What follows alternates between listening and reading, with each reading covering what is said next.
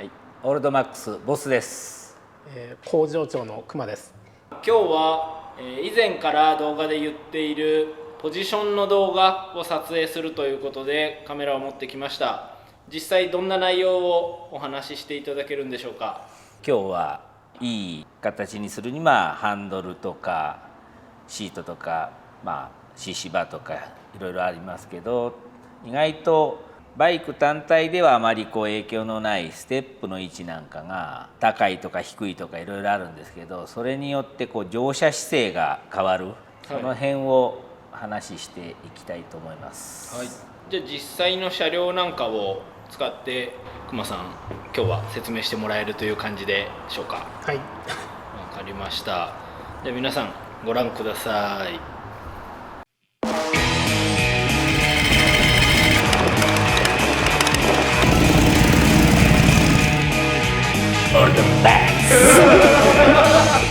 ポジションを語るにはまず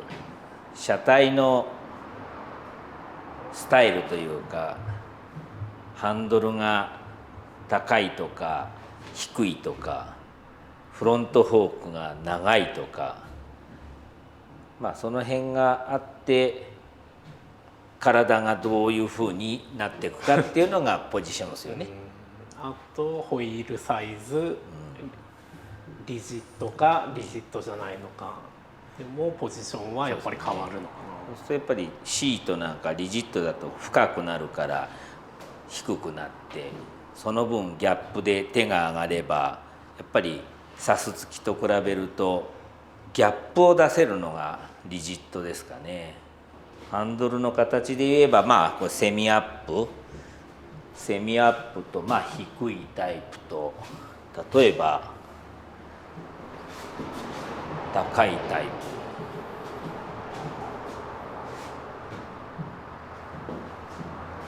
意外とハンドルは誰が見ても分かりやすく、高い低い、あとはフロントフォークが短いというか普通ですよね。それに比べて長い、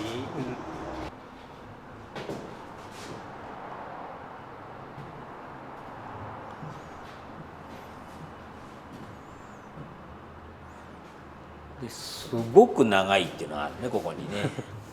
すごく長い、超ロン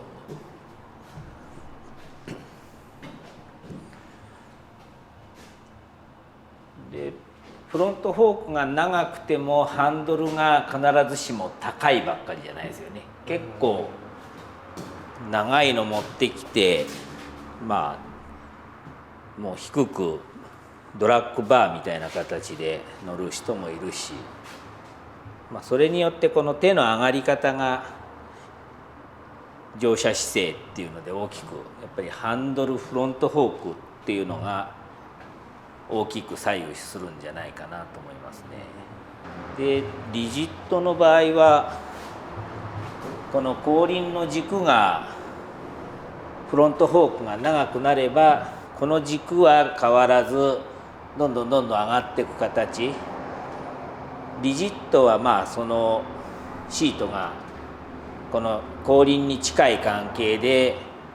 前が上がってってお尻は低くなっていくような形。それがやっぱギャップがあるのと、サス付きはこのバネレートがある関係でリジットと比べるとフェンダーが下に下がりきらない、ここにストロークがある関係でどうしても高い位置で、シートもほぼ同じ位置だから高くなっても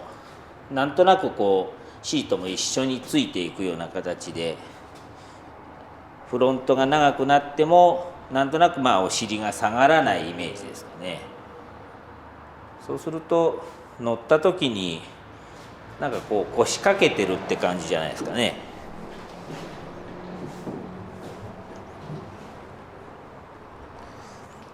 これが手が上がっても、手が低くなってもなんとなく乗車姿勢がまあなんかこう腰掛けてるイメージに対して、これはリジットで、まあシートがやっぱり低く足つきがすごくいい。おいびっくりした。おいびっくりした。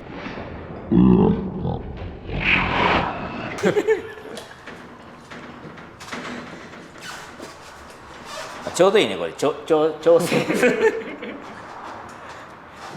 まあお尻の位置がサスつきと違ってかなり低いですよね。でハンドルがまあ低いか高いか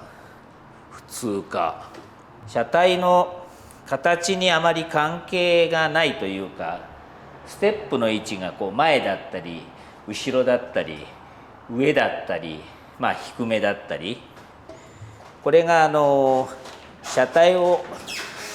車体だけで見た時にはあまり影響しないのに、まあ足を上げると乗車姿勢がやっぱりこう大きく伸びるとか縮まって足が上がるとか下がるとか、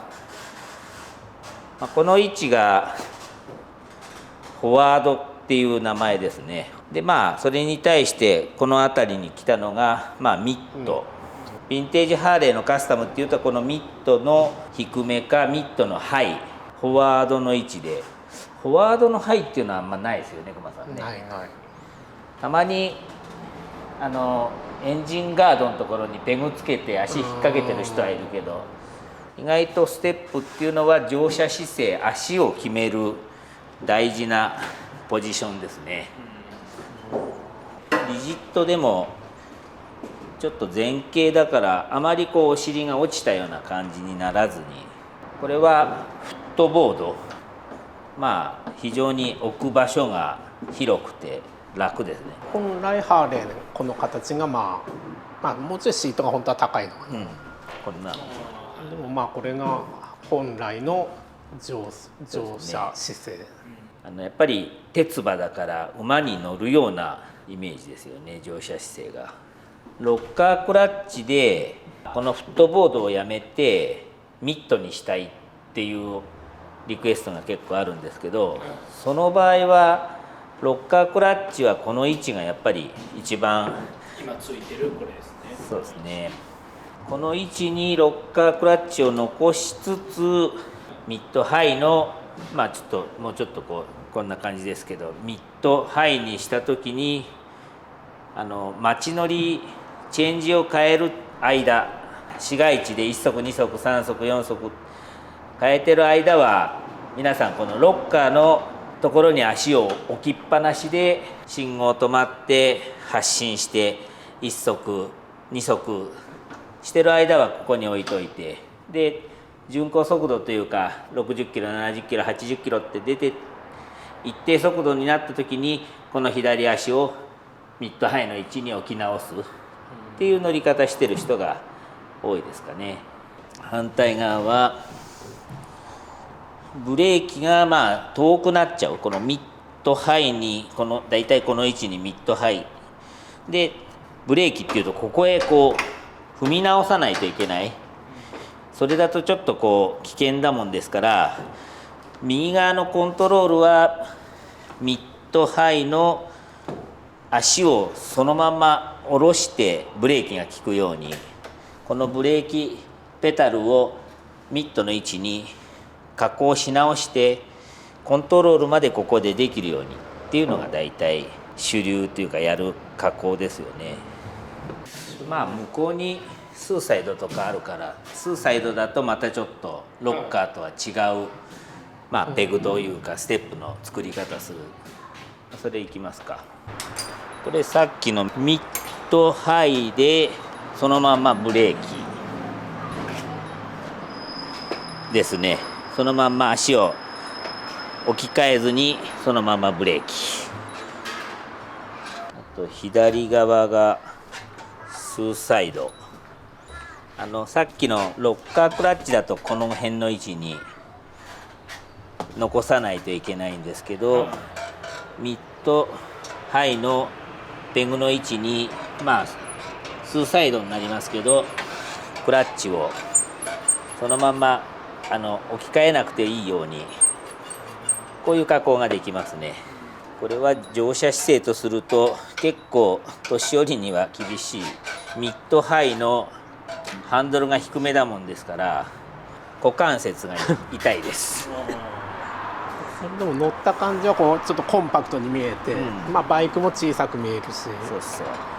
このミッドハイの位置だと皆さんはやっぱりハンドルを高めでこんなような形で乗ってる方が多いですね。オールドマックス。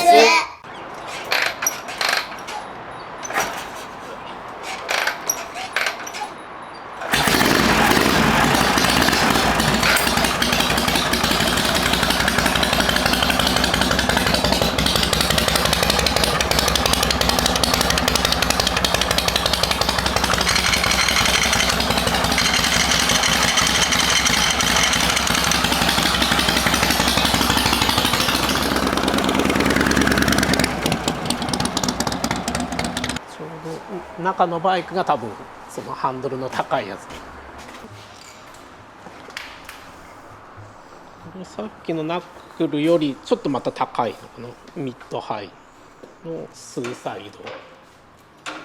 結構お客さんの身長とかね体の大きさに応じて結構違いますよね。これもやっぱお客さんに何べもまたがってもらって、はい、一応決めたポジションで、これはちなみにこのオーナーはアメリカ人ぐらいの背が大きいね。特に、はい、体が大きいから手足も長く、ポジションをしっかり決めて、あとはこれかい超ロング。ここがやっぱ長いんですごい上がって見えるんだ、乗ってるミッドハイは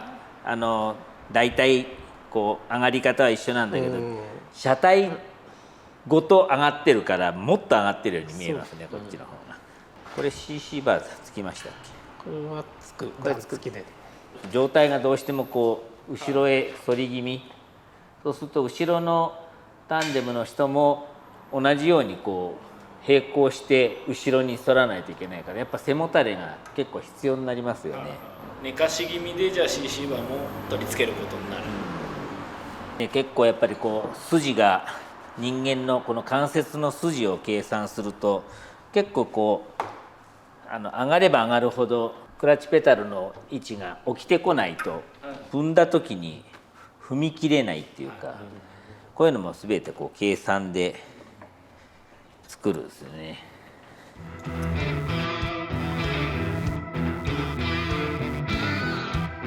ここにステップが来るのもなかなかカスタムに反しちゃってますけど、ストックのそんなにふかふかなの？昔流行ったものがまた流行りだしたりとか。これが一番乗りやすいのかな。